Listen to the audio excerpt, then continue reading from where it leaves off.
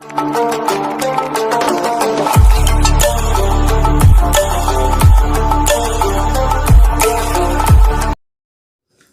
पहले थोड़ी हम बात करते हैं कि आखिरकार हम क्या क्या पढ़ चुके हैं। सबसे पहले हमने पढ़ा था कि कोई भी करंट वायर होता है, जिस कोई वायर होता है उसमें करंट फ्लो होता है, उसकी वजह से मैग्नेटिक फील्ड निकालना सीखी। फिर उसके हमने निकाला कि आखिर कोई स्ट्रेट वायर है, उसकी वजह से मैग्नेटिक फील्ड निकाली। फिर हमने देखा कि अगर कोई सर्कुलर है, उसकी वजह से मैग्नेटिक फील्ड निकाली। मतलब फिर एम्पियर सर्कुलर में बहुत कुछ हम लोग पढ़ चुके हैं। अब हम पढ़ने वाले हैं कि जो सोलोनाइड होता है उसके अंदर मैग्नेटिक फील्ड कितनी होती है। समझ रहे कि नहीं, सोलोनाइड। तो सबसे पहले हम समझेंगे कि सोलोनाइड क्या होता है। देखो, इसको याद करने का तरीका ही बताऊंगा कि इसको कैसे याद करना है, लेकिन सबसे पहले समझो कि सोलोनाइड होता क्या है। अगर तुम्हें एक बार ये समझ में आ गया कि सोलोनाइड क्या है तो उसका डेरिवेशन करना कोई बड़ी कठिन बात नहीं होती है। और जब मैं 5th या 6th क्लास में था तब मैंने सोलोनाइड बनाया था। इस सोलोनाइड से तुम आर्टिफिशियल मतलब मैग्नेट बना सकते हो, स्पीकर बना सकते हो, बहुत सारी चीज़ें से इसकी हेल्प से तुम बना सकते हो। तो आज हम वही बात करेंगे आखिरकार सोलोनाइड होता क्या है। देखो, सोलोनाइड होता है कुछ इस तरीके से, इस पर फोकस करो। देखो, कुछ कहानी होती है देखो इस तरीके से कि जैसे उस ये सिलेंडर होता है ना, इसके ऊपर हम लोग कॉपर का वायर क्या कर देते हैं, कॉइलिंग, इसकी कॉपर की कॉइलिंग कर देते हैं। अगर इसी चीज़ को अगर हम हटा के देखते हैं तो दो कुछ ऐसा दिखता है सोलोनाइड। देखो, अंदर से इस तरीके की कॉइलिंग होती है, समझे कि नहीं। देखो, और अगर इसको दिखाते हैं तो इस तरीके से है। ये सब एक साथ होती है। ऐसे ही क्या करते हैं कि हम कोई इंसुलेटिंग चीज़ होती है, पाइप माइप जो भी होता है, उसके ऊपर क्या कर देते हैं, हम कॉइलिंग कर देते हैं कॉपर की। जैसे मान लो तुम्हारे पास एक इंसुलेटिंग, मैंने बताता हूँ मैंने कैसे बनाया था। मैंने एक लिया नलका पाइप, नलका पाइप लिया और उसके ऊपर मैंने क्या कर दी, कॉइलिंग कर दी। कॉइलिंग कुछ इस तरीके से करोगे, कैसे लपेड़ोगे ना। ये जब मैंने ये शायद 6th में था कि 5th में था तब मैंने बनाया था, बड़ा मज़ा आया था इसके साथ एक्सपेरिमेंट करने में। मुझे एक्सपेरिमेंट करने में बहुत मज़ा आता था। देखो, इस तरीके से एक ये वायर है, यहाँ हम लगा देंगे क्या, बैटरी। क्या लगा दी, ए रहा बैटरी का, ए प्लस है, ए नेगेटिव है। करंट जा रहा है यहाँ से, ऐसे गया। पिछला वाला पार्ट अपन नहीं बनाएंगे, फिर ऐसे जाएगा, फिर ऐसे आ जाएगा। करंट जा रहा है कुछ इस तरीके से, समझे कि नहीं समझे। और ऐसे गया और ऐसे इसमें वापस आ गया है। टॉपिक तो पढ़ेंगे, आगे बढ़ेंगे ही, लेकिन एक चीज़ बताएं कि अगर तुम पता है यहाँ मैग्नेट रखते थे ना हम, एक हमारे पास एक ऐसे सिलेंडर टाइप की मैग्नेट थी, वो इसके अंदर अट्रैक्ट हो जाती थी। क्या समझे, उसके अंदर अट्रैक्टेड हो जाती थी। इसका मतलब है कि ये जो सोलोनाइड होता है, जो अरेंजमेंट होता है, ये मैग्नेटिक फील्ड डेवलप करता है। तो इसी को आज हम लोग पढ़ने वाले हैं। कि इसी को हम लोग पढ़ने वाले हैं। बेसिकली इसमें जो अगर तुम कॉइलिंग देखो तो कैसी हेलिक्स है ना, हेलिक्स मतलब देखो इस ऐसे है ना, कैसे। अगर इसे हम इसी को वर्टिकली देखते हैं तो कुछ कहानी इस तरीके से है, समझे कि नहीं समझे। घर पे ही बना सकते हो, कोई बड़ी बात नहीं होती। बस इतना है कि जो लाइट होती ना, पावर सप्लाई, उसमें ना लगा देनी, नहीं तो सब कुछ उड़ जाएगा, क्योंकि वो बहुत हाई करंट उसमें से फ्लो होता है। तो देखो, इसको समझने के लिए हम सबसे पहले लेंगे उसका सिर्फ एक राउंड लेंगे इसका हम, एक राउंड। तो हमने लिया और इसका एक राउंड ऐसे निकाल लिया है। अगर कहानी एक राउंड में समझ, देखो ये जो था ये रहा, और इसके पीछे वाला पार्ट ये रहा है, समझे कि नहीं समझे। कुछ इस तरीके से है। अगर एक के बारे में तुम्हें समझ में आ गई तो बाकी सब कुछ समझ में आ जाएगा। अगर तुम देखोगे तो ये बेसिकली क्या है, ऐसे है ना अरेंजमेंट, ऐसे देखो ऐसा जा रहा है ना, इसका मतलब मैग्नेटिक फील्ड का डायरेक्शन कैसा होगा, ऐसा होगा, और यहाँ कुछ इस तरीके से होगा। तो इसका मतलब ये है कि मैग्नेटिक फील्ड यहाँ से निकल रही है और यहाँ से एंटर कर रही हैं। क्या यहाँ से निकल रही है और यहाँ से ऐसे तरीके से एंटर कर रही हैं।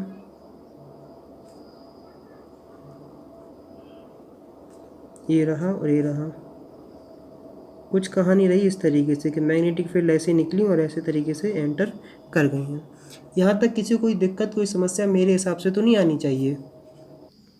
और अगर देखो डायरेक्शन समझना तो बेसिकली तो कॉइलिंग किस तरीके से कि नहीं, ऐसे इसके ऊपर ऐसे ऐसे है, तो जहाँ करंट जा रहा है उसको करो ऐसे फिंगर और ऐसे कर्ल करो, और जहाँ जो अंगूठा जाता है अंगूठा, वो होता है क्या, मैग्नेटिक फील्ड का डायरेक्शन। तो हमने कुछ इस तरीके से कर्ल किया तो इस तरीके से आया है।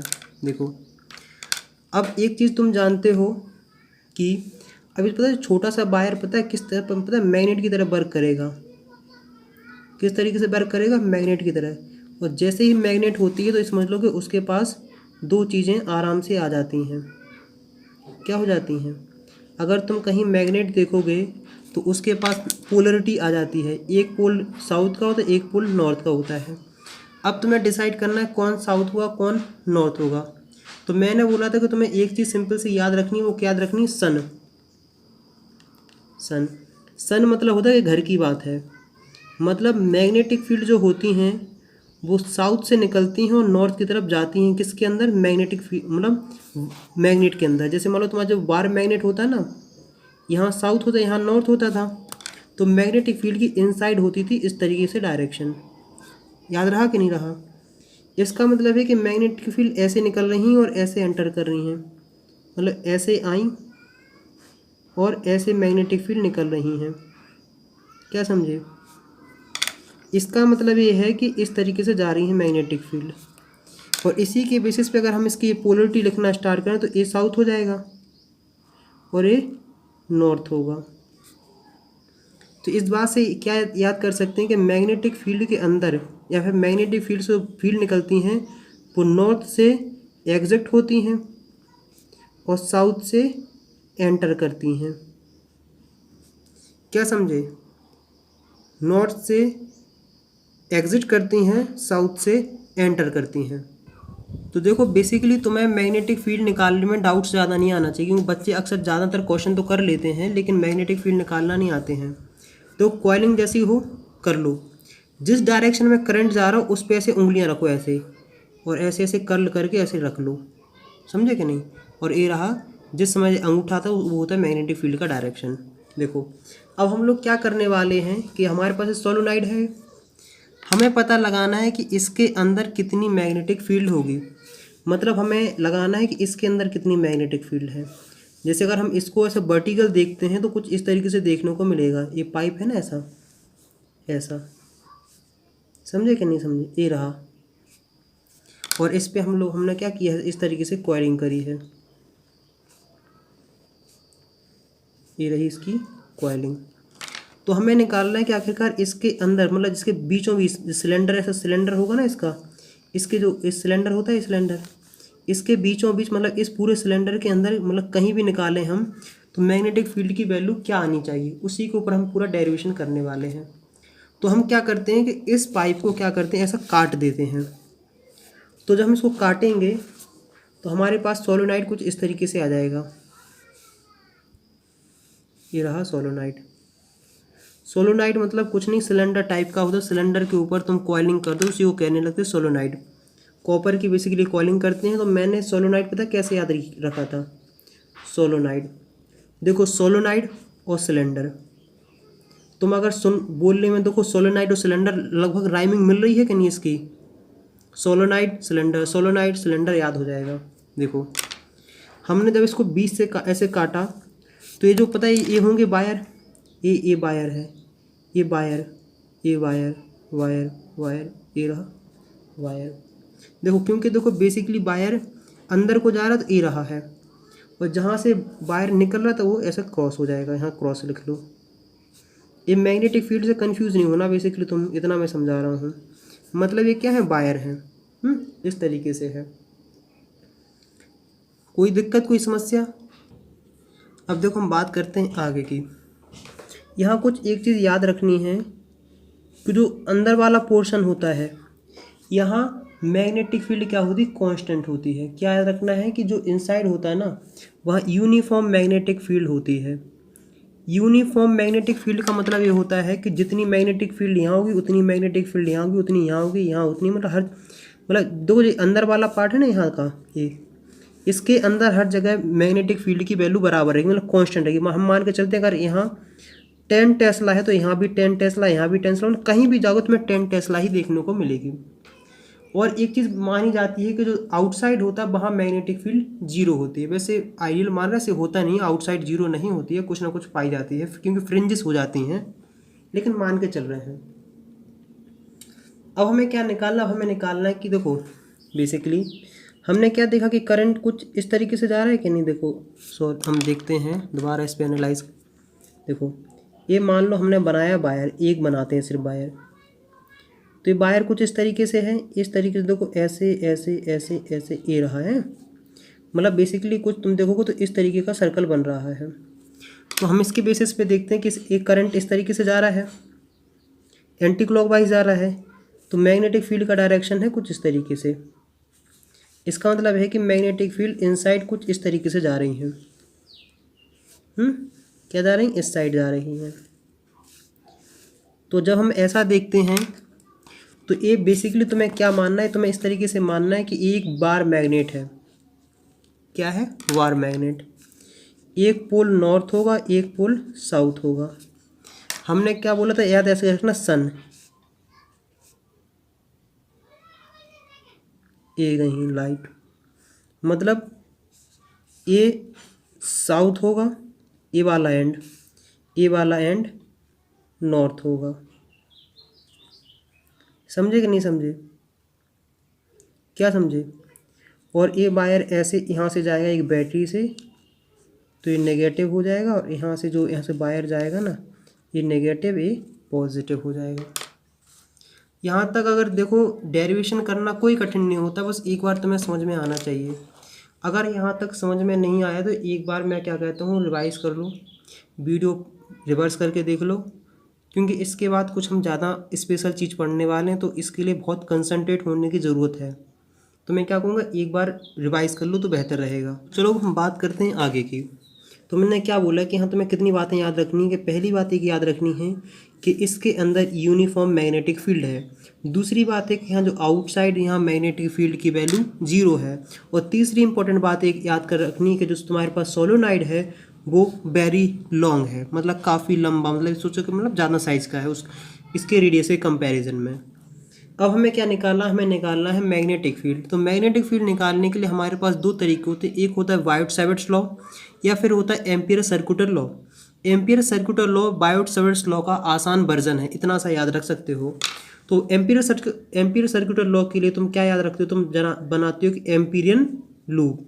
और एम्पिरियन लूप बहुत आसान होता है। मैं बता दूं कि एम्पिरियन लूप तुम किसी भी शेप एंड साइज़ का तुम किसी भी डिज़ाइन का बना सकते हो, मतलब स्क्वायर बना सकते हो, रेक्टेंगल बना सकते हो, सर्कल बना सकते हो, जो तुम्हारा मन करे।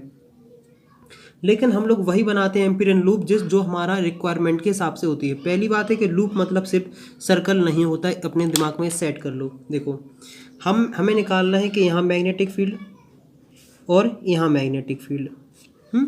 आगे बढ़ने से पहले एक बात और बता दें कि अगर मान लो मैग्नेटिक फील्ड का डायरेक्शन कुछ इस तरीके से है, कि इसका मतलब है कि भविष्य मतलब कहीं ना कहीं से इस तरीके से मैग्नेटिक फील्ड इसमें ऐसे एंटर कर रही होंगी। आखिरकार मतलब यही हुआ, क्योंकि तुम जानते हो कि जो मैग्नेटिक फील्ड होती है वो क्लोज लूप बनाती हैं। नहीं जानते तो सुन लो कि मैग्नेटिक फील्ड क्लोज लूप बनाती हैं। तो कुछ इस तरीके से मिल रहे होंगे, यहाँ का अगर कोई जो मैग्नेटिक फील्ड लाइन्स होंगी वो इस तरीके से कहीं ना कहीं आगे मिल रही होंगी। हमें यहाँ बनाना है, यहाँ बनाना है। रियल लाइफ में कुछ ऐसे ही हो रहा होगा। देखो हम क्या करेंगे, हम ड्रॉ करेंगे एक क्या, एम्पिरियन लूप। तो एम्पिरियन लूप हम बनाएं कुछ इस तरीके से का। एम्पिरियन लूप जो हम बनाने वाले हैं वो हम लेने वाले हैं यहाँ एक रेक्टेंगल टाइप का, हमने ऐसा लिया। और इसका हम लोग क्या करेंगे, नामकरण कर देंगे। A for apple, B for Babita, C for Chhaya, D for Dolly. ये रहा, हमने क्या किया, एम्पिरियन लूप बना लिया है। हमने ऐसे कर दिया, इसका डायरेक्शन कोई दिक्कत नहीं, कोई बात नहीं। देखो अब मेन इंपॉर्टेंट वो होता है हमारे पास एम्पिरियन सर्कुलर लॉ। क्या होता है, integral B dot D L dot, देखो क्या होता है, mu naught into total current through the loop. मतलब जो हमने लूप बनाया ए बी सी डी, इसके अंदर टोटल कितना करंट इंक्लोज हो रहा है। देखो याद रखना, जैसे मान लो तुमने लूप बनाया है, ऐसा कैसे बनाया, ऐसा लूप बनाया है। इसके अंदर इस डायरेक्शन में आ रहा 3 एम्पियर और इस डायरेक्शन में जा रहा है 3 एम्पियर। तो ओवरऑल इसका तुम नेट करंट कितना देखोगे, अपोजिट डायरेक्शन में हम मानेंगे कि 0 एम्पियर। लेकिन यहाँ कोई रिलेशन नहीं है, यहाँ तुम्हें इतना समझना है कि मान लो एम्पिरियन लूप है, ये 3 एम्पियर जा रहा है, यहाँ से 5 एम्पियर जा रहा है, यहाँ से 6 एम्पियर जा रहा है, 3 5 6 कितना हो जाता है 15 एम्पियर।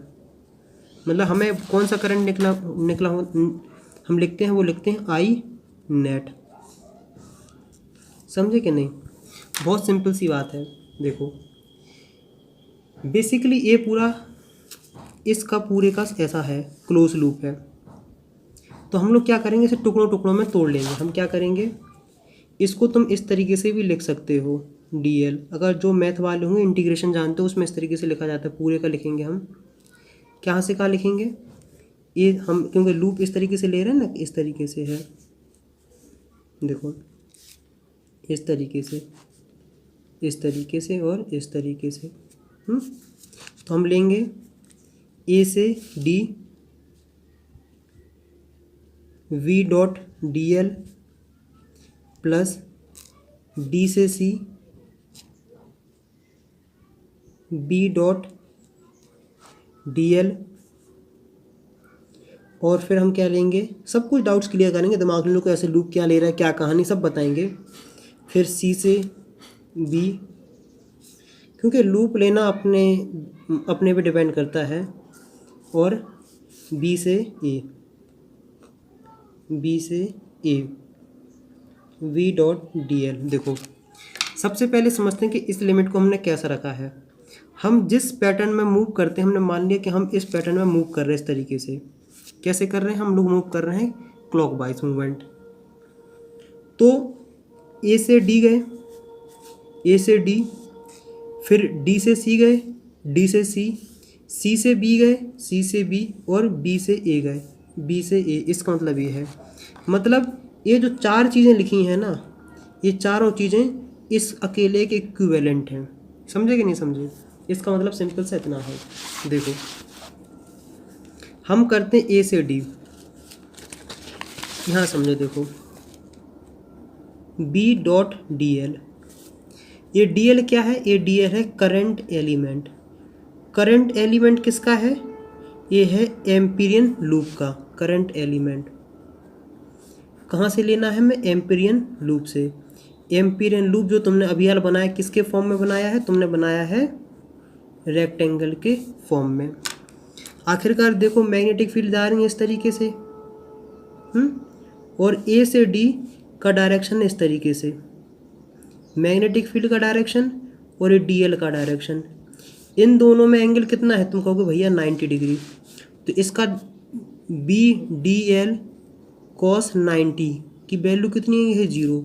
मतलब ए से जो डी जा रहे हो उसका आंसर आ रहा है 0। कन्फर्म है? अब हम बात करते हैं दूसरे के ऊपर।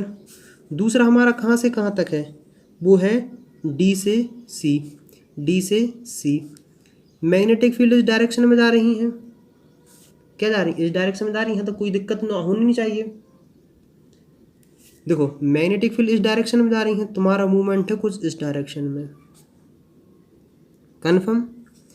तो यहाँ क्या देखोगे, बी डी एल कॉस 180 क्या है, क्या है, कॉस 180। कॉस 180 की वैल्यू क्या नेगेटिव आती है, तो डी से सी बी डी एल।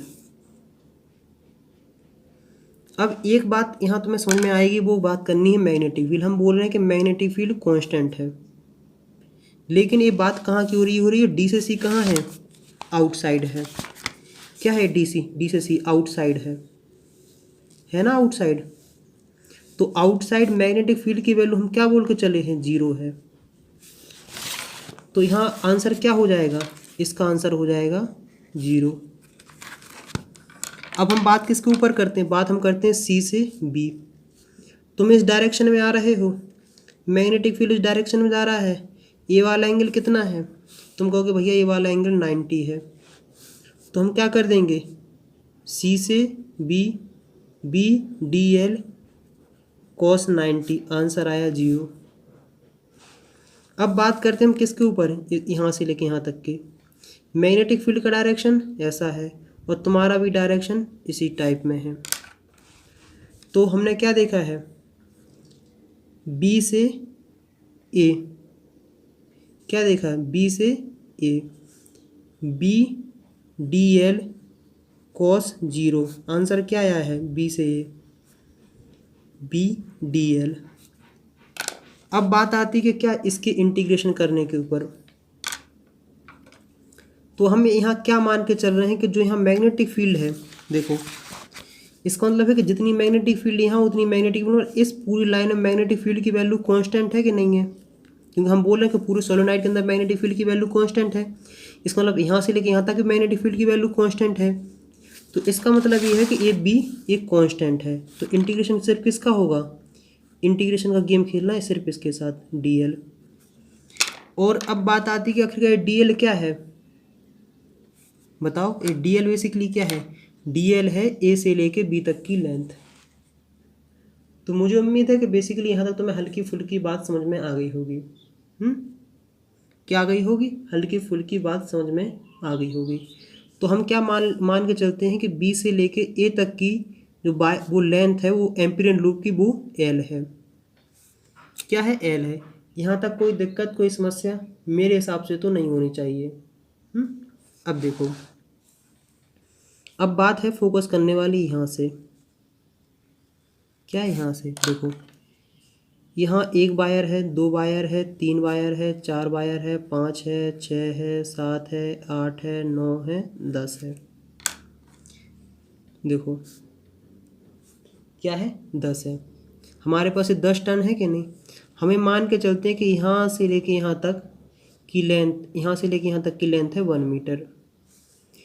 तो अगर हम तुमसे पूछें कि बताओ number of turns per unit length कितना है इस सोलेनोइड का, तुम कहोगे ये N equal to number of turn upon यहाँ से लेके यहाँ ए इसका नाम रख देते हैं के से लेके पी तक, के से लेके पी तक की लेंथ कितनी है 1 मीटर। तो एन इक्वल टू कितना हो जाएगा 15/1, तो इसके आंसर आएगा 15। इस एन का मतलब क्या है, एन का मतलब होता है number of turns per unit length of solenoid, basically इसका मतलब ये है। समझे कि नहीं समझे। अगर मैं तुमसे पूछूं कि बताओ बेटा कि 1 मीटर में 15 टन है, तो बताओ 50 सेंटीमीटर 0.5 में मतलब बेसिकली कितने टन होंगे। तो तुम कहोगे देखो भैया 1 में 15 होते हैं, तुम कहोगे भैया यहाँ होंगे 15 × 0.5, तो कुछ आ जाएगा 7/2। वैसे 7/2 नहीं हो सकता है, बेसिकली मान रहे हैं, मतलब थोड़ा हल्का फुल्का समझने को आ रहा होगा, क्योंकि देखो 3 मतलब इसका 15/2 आ रहा होगा आंसर, 7.5 टन नहीं हो सकते ना। वैसे हम बस एक मान रहे हैं, तो मैं थोड़ा बहुत हल्का फुल्का समझ में आ जाए। अगर इसमें कन्फ्यूज़ हो रहा है तो कोई बात नहीं, हम मान के चलते हैं कि हमारे पास हम मान के चलते हैं कि हमारे पास नंबर ऑफ टन 10 है, 10 तो हो जाएगा 10। तो ये इसका आंसर कितना आएगा, इसका आंसर आएगा 5। अब तो वैसे क्लियर है कि नहीं। इसका मतलब ये है कि number of turn is equal to number of turn per unit length into length. क्या समझे। अगर तुमसे कोई पूछे कि बताओ अगर इस सोलेनोइड की लेंथ, इस सोलेनोइड की यहाँ से लेके यहाँ तक की लेंथ हो जा एल की वैल्यू हो जाती है कितनी 5 मीटर, तो बताओ इस 5 मीटर के अंदर कितने नंबर ऑफ टन आ जाएंगे। क्या समझे, कितने नंबर ऑफ टन आ जाएंगे। तुम कहोगे N equal to N number of turn per unit length into length. तुम कहोगे एन की वैल्यू कितनी है, हम बोलेंगे बेटा 10 है। तुम कहोगे एल की वैल्यू, एल मतलब कितना बोला है, हमने बोला 5 मीटर। तुम कहोगे भैया इसका आंसर आएगा 50। थोड़ा बहुत अब क्लियर हुआ कि नहीं हुआ है। अगर मैं पूछूं कि बेटा अगर तुम्हारे पास इसकी लेंथ यहाँ से लेके यहाँ तक की कितनी है 20 सेंटीमीटर, 20 सेंटीमीटर होता मतलब होता है 0.2 मीटर, तो हम बोलेंगे इतने के अंदर कितने टन आ रहे हैं। तुम कहोगे भैया N equal to N into L, N की वैल्यू हम बोलेंगे 10, तुम बोलोगे एल की वैल्यू 0.2, आंसर आएगा 2। मतलब 20 सेंटीमीटर के अंदर सिर्फ 2 टन आ रहे हैं। समझ रहे कि नहीं समझ रहे? मतलब यहाँ से लेके यहाँ तक मतलब अगर 20 सेंटीमीटर तो इसके अंदर सिर्फ देखो 2 टन ही इन्वॉल्व हो रहे हैं। अब मेरे हिसाब से तुम्हारे दिमाग में ये बात काफ़ी अच्छे से क्लियर हो जानी चाहिए, क्योंकि इस पर काफ़ी अच्छे से मेहनत हमने करा दी है। तो अभी देखो, हाँ अब बात करते हैं हम लोग आगे की। अब देखो आगे की बात करते हैं।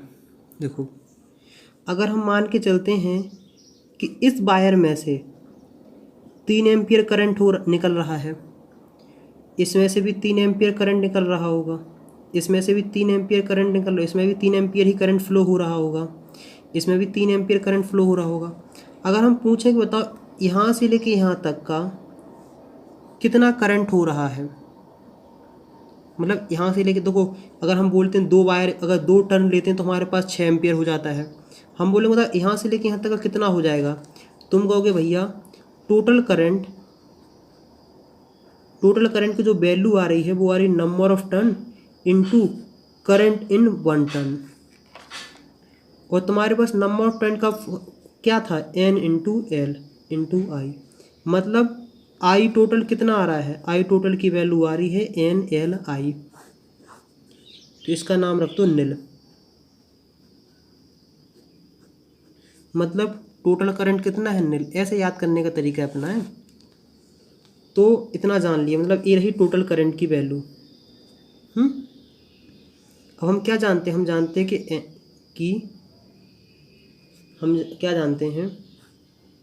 कि B.dl, इसका आंसर हमारे पास आ रहा है कहाँ से, B से लेके A तक, या फिर सिंपल सा क्या आ रहा है हमारे पास आ रहा है BL। और हम क्या जानते हैं कि Ampere circular law equal to होता है म्यू नॉट आई।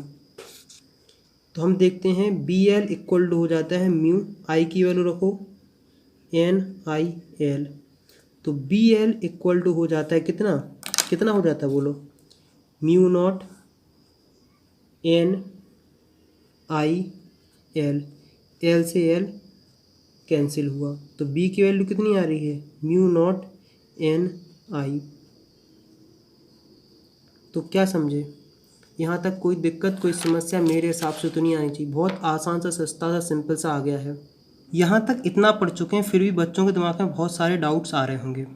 सबसे पहला जो डाउट स्टार्टिंग से आ रहा होगा वो आ रहा होगा भैया कि आपने जो लूप लिया है वो क्लॉकवाइज क्यों लिया है, मतलब आपने इस तरीके का लूप क्यों लिया है। मैं कहूँगा बेटा तुम्हारी इच्छा है, तुम इस तरीके का भी लूप ले सकते थे, कोई दिक्कत नहीं थी।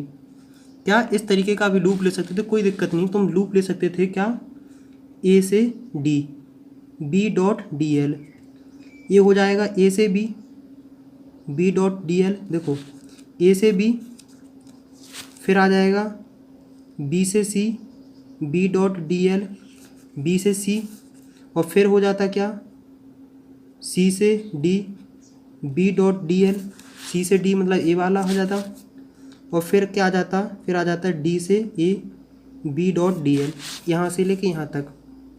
अब देखो D से A वाला पार्ट 0 हो जाता क्योंकि इन दोनों के बीच में 90 डिग्री एंगल। C से D A B पार्ट 0 हो जाता, क्योंकि यहाँ मैग्नेटिक फील्ड की वैल्यू 0 है।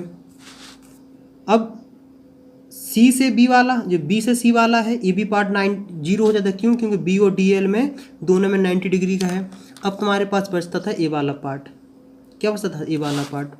अगर इसको तुम सॉल्व करते हो BDL, देखो मैग्नेटिक फील्ड का डायरेक्शन ऐसा है और तुम्हारा लूप जा रहा है इस साइड से, तो हो जाता cos 180, cos 180 का वैल्यू मतलब होता है नेगेटिव, BDL नेगेटिव। देखो इस नेगेटिव का मतलब ये नहीं कि मैग्नेटिक फील्ड नेगेटिव है, इसका मतलब ये है कि जो तुमने लूप लिया है और जो तुम मैग्नेटिक फील्ड है, जो तुमने लूप लिया और जो मैग्नेटिक फील्ड है, इन दोनों का अपोजिट डायरेक्शन और कुछ नहीं मतलब है। और लेकिन हमें डायरेक्शन से मतलब नहीं होता, हमें मतलब होता है वो होता है मैग्नेटिक फील्ड की स्ट्रेंथ से। तो अगर तुम यहाँ से जो निकाल के लाते आंसर वो ये आता, क्या आता, VL equal to minus mu naught NIL, या फिर basically B minus mu naught NI। अपन को इस नेगेटिव से मतलब नहीं है, अपन को मतलब होता है सिर्फ इस मैग्नीट्यूड से, इस नंबर से। क्योंकि हमें बेसिकली मैग्नेटिक फील्ड जो होती है उसका स्ट्रेंथ से मतलब होती है। पहला डाउट्स क्लियर हो ना, तुम कैसा भी लूप ले सकते थे, उस नेगेटिव का मतलब जस्ट इतना होता है कि जो तुमने लूप लिया और जो मैग्नेटिक फील्ड है वो एक दूसरे के अपोजिट डायरेक्शन में है। कन्फर्म। देखो अब हम बात करने वाले हैं, कई बच्चों के दिमाग में आ रहा होगा इसका फॉर्मूला कि इसकी आखिर क्या है। इसका मतलब होता है कि आखिरकार total number of turn upon total length. तो जैसे मान लो यहाँ से लेके यहाँ तक हमारे पास 120 पे टन है, और यहाँ से लेके यहाँ तक की जो लेंथ है वो है 5 सेंटीमीटर। तो n की वैल्यू क्या हो जाएगी, n की वैल्यू हो जाएगी 120/5, इसको डिवाइड करोगे 24 टन पर सेंटीमीटर, मतलब 1 सेंटीमीटर के अंदर 24 टन हो जाते हैं। दूसरा डाउट्स क्लियर हो गया होगा। अब कई बार बच्चों के दिमाग में आ रहा होगा कि भैया ये क्या है, ये बेसिकली है क्या, ए से लेके बी तक की लेंथ dl। ये भी डाउट्स तुम्हारे दिमाग में से क्लियर हो जाना चाहिए। मुझे उम्मीद है कि यहाँ तक तुम काफ़ी हद तक समझ चुके होगे। देखो तो आखिरकार हमने क्या निकाला, हमने निकाला कि जो सोलोनाइड होता है, जैसे सोलोनाइड है ना ये सिलेंडर, इसी को सोलोनाइड बोलते हैं। तो इसके अंदर जो मैग्नेटिक फील्ड है उसकी वैल्यू हमारे पास आ रही B = μ0 Ni। क्या आ रही है, μ0 Ni। यहाँ तक कोई दिक्कत, कोई समस्या मेरे हिसाब से तो नहीं होनी चाहिए। देखो यहाँ निकालो, यहाँ कहीं भी तुम मैग्नेटिक फील्ड निकालो इसकी वैल्यू इतनी ही आ जाएगी, μ0 Ni। μ0 मतलब क्या होता है, 4π × 10⁻⁷। n मतलब होता है नंबर ऑफ टर्न पर यूनिट लेंथ, जितना भी मानना हो। और देखो इसका मतलब है कि जो मैग्नेटिक फील्ड की वैल्यू डिपेंड कर रही है किस पे, n पर, नंबर ऑफ टर्न्स पर, और डिपेंड कर रही है करंट पे। इसको इस तरीके से n पे भी लिख सकते हैं, मतलब मैग्नेटिक फील्ड की वैल्यू कर रही है n पे और I पे। मतलब जितनी ज़्यादा नंबर ऑफ टर्न की डेंसिटी होगी उतनी ज़्यादा मैग्नेटिक फील्ड होगी। मतलब तुम नंबर ऑफ टर्न्स अगर कॉइलिंग इंक्रीज़ करते जाओगे तो मैग्नेटिक फील्ड की वैल्यू इंक्रीज़ होती जाएगी। अगर तुम करंट की वैल्यू इंक्रीज़ करते जाओगे मैग्नेटिक फील्ड की वैल्यू इंक्रीज़ होती जाएगी। जैसे मान लो कि यहाँ ये बैटरी लगी है, इस तरीके का तुम्हारे पास सिस्टम है। अभी मान लो तुम्हारे पास 10 वोल्ट है, इसके अंदर होती है 5 टेस्ला। हमने जैसे मान लिया है 5 टेस्ला। अगर तुम यहाँ कर दोगे कितना, 20 वोल्ट, तो यहाँ हो जाएगी कितनी, 10 टेस्ला। इसका मतलब सिंपल सा ये मतलब है, इतनी समझ लिए हो। अब तुम्हें एक इंटरेस्टिंग बात बताएं कि जैसे ही हम जस्ट आउटसाइड आते हैं, जैसे ये जो सोलेनोइड का एंड होता है ना, यहाँ पता है एंड पे मैग्नेटिक फील्ड पता कितनी हो जाती है, मैग्नेटिक फील्ड हो जाती है हाफ। तो एंड पे जो मैग्नेटिक फील्ड होती है वो जो अंदर मैग्नेटिक फील्ड है उसके हाफ हो जाती है। अगर अंदर मान लो 10 टेस्ला है तो इसके एंड पे पता कितनी होगी, एंड पे हो जाएगी 5 टेस्ला। अगर अंदर 5 टेस्ला है तो यहाँ एंड पे पता कितनी हो जाएगी, 2.5, मतलब जस्ट इसका हाफ हो जाती है। तो मुझे उम्मीद है कि यहाँ तक तुम्हें काफ़ी हद तक ये बात समझ में आ गई होगी। यहाँ तक कोई दिक्कत, कोई समस्या मेरे हिसाब से तो नहीं होनी चाहिए। अगर हम क्या करते हैं, इसी का बनाते हैं ग्राफ। अगर ग्राफ बनाओगे तुम, ग्राफ देखो, जैसे मान लो यहाँ से लेके इतने अंदर तो बिल्कुल मैग्नेटिक फील्ड कांस्टेंट रहेगी, अंदर तक तो मैग्नेटिक फील्ड कांस्टेंट रहेगी। फिर जैसे जैसे तुम एंड को निकलोगे वैसे वैसे मैग्नेटिक फील्ड डिक्रीज हो जाएगी। तो ये क्या है, एंड वाला पोर्शन है, ये वाला अंदर का मैग्नेटिक फील्ड का पोर्शन। ये रहा तुम्हारे पास ग्राफ। ये क्या है, एंड ऑफ सोलेनोइड, और ये भी है एंड ऑफ सोलेनोइड। तो मुझे उम्मीद है कि यहाँ तक तुम्हें काफ़ी हद तक समझ में आ गया होगा। अब हम क्या करेंगे, इसी के बेसिस पे करेंगे क्वेश्चन वो करेंगे जो NCERT में कई बार आ चुके हैं, सॉरी मतलब जो CBSE मतलब बोर्ड में कई बार आ चुके हैं। देखो तुम्हारे पास सोलेनोइड कॉइल, देखो 300 टन्स पर मीटर, मतलब n की वैल्यू है 300 टन पर मीटर, मतलब 1 मीटर के अंदर 300 टन है। और इसके अंदर जो करंट की वैल्यू है वो कितनी है, वो है 5 एम्पियर। और जो सोलेनोइड है उसकी लेंथ कितनी है, वो है 0.5 मीटर। और इसका रेडियस कितना है, इसका रेडियस है 1 सेंटीमीटर। मतलब ये सोलोनाइड होगा ना इस तरीके का सिलेंडर, सोचो यहाँ से लेके यहाँ तक की लेंथ कितनी है 0.5 मीटर, मतलब 50 सेंटीमीटर। यहाँ से लेके इसकी रेडियस पता है कितनी हो जाएगी, इसकी रेडियस है 1 सेंटीमीटर। तो ये भी कह सकते हैं कि इसकी मोटाई जो है वो 2 सेंटीमीटर की है। अब तुमसे कहा गया कि find magnitude of magnetic field inside the solenoid, मतलब हमें इसके अंदर मैग्नेटिक फील्ड की वैल्यू निकालनी है। B equal to mu naught N I. अब तुम कहोगे भैया ना इसकी ज़रूरत है ना इसकी ज़रूरत है, फिर भी ये सब क्यों दे रखा है। हम कहेंगे बेटा जब कभी खाना खाने जाते हो तो साथ में नमक भी दिया जाता है। अगर सब्जी सब कुछ सही हो तो ज़रूरी नहीं कि उसमें नमक डालो, तो वही उसी लिए दिया रहता है, वो परेशान करने के लिए। म्यू नॉट की वैल्यू 4 पाई इंटू 10⁻⁻7, एन की वैल्यू 300, आई की वैल्यू 5 एम्पियर। सॉल्व करोगे 1.9 इंटू 10⁻³ टेस्ला। मतलब यहाँ तुम कहीं भी मैग्नेटिक फील्ड निकालोगे इतनी उसकी वैल्यू आएगी। अगर तुम इसके एंड पे निकालने की कोशिश करोगे तो इसका जस्ट हाफ कर दो, कितना हो जाएगा 0.95 इंटू 10⁻³ टेस्ला। समझे कि नहीं समझे। तो मुझे उम्मीद है कि यहाँ तक तुम्हें काफ़ी हद तक समझ में आ गई होगी। अगर फिर भी कोई दिक्कत कोई समस्या रह गई हो तो बताना। एक क्वेश्चन और कर लेते हैं। अगर यहाँ तक वीडियो देख रहे हो तो कम से कम 3 फ्रेंड के साथ ही ज़रूर शेयर करें। देखो अपने पास एक सोलोनाइड है, उसकी लेंथ है वो कितनी है, वो है 0.5 मीटर, मतलब 50 सेंटीमीटर का अपने पास सोलोनाइड है। एन की वैल्यू नंबर ऑफ टन अपने पास कितने हैं, वो है 500 टन। मतलब यहाँ से लेके यहाँ तक अपन ने 500 टन इसके ऊपर चढ़ा दिए हैं। और फ्लक्स क्या बोलते हैं, जो मैग्नेटिक फील्ड है वो उसकी वैल्यू है वो है 2.52 इंटू 10⁻³ टेस्ला। मतलब इसके अंदर जो सोलोनाइड है ना, इसके अंदर मैग्नेटिक फील्ड की वैल्यू इतनी है 2.52 10⁻³ टेस्ला। तो उसमें पूछा गया कि बताओ इसमें से इन जो कॉइलिंग है इस पर कितना करंट होगा, कितना करंट होगा। सबसे पहले निकालो कि B equal to mu naught N I. I की वैल्यू निकाल ली ना, B upon mu naught N. इसकी वैल्यू गिवन है 2.52 इंटू 10⁻³ इसकी वैल्यू तुम जानते हो 4 पाई इंटू 10⁻⁷। मेन दिक्कत है इस पर, इसका फॉर्मूला क्या होता है, total number of turns upon length of solenoid. Total number of turn तुम्हारे पास कितने हैं, तुम्हारे पास है 500 टन। लेंथ कितनी है, लेंथ पर सेंटीमीटर तो 0.5। आंसर तुम देखोगे कितना आएगा 1000, तो यहाँ रखो 1000 और सॉल्व कर दो। आई की वैल्यू आई कितनी 2 एम्पियर। तो मुझे उम्मीद है यहाँ तक तुम्हारी बात काफ़ी हद तक क्लियर होगी। नेक्स्ट वीडियो में मिलते हैं नेक्स्ट टॉपिक के साथ, तब तक बाय बाय, जय हिंद जय भारत।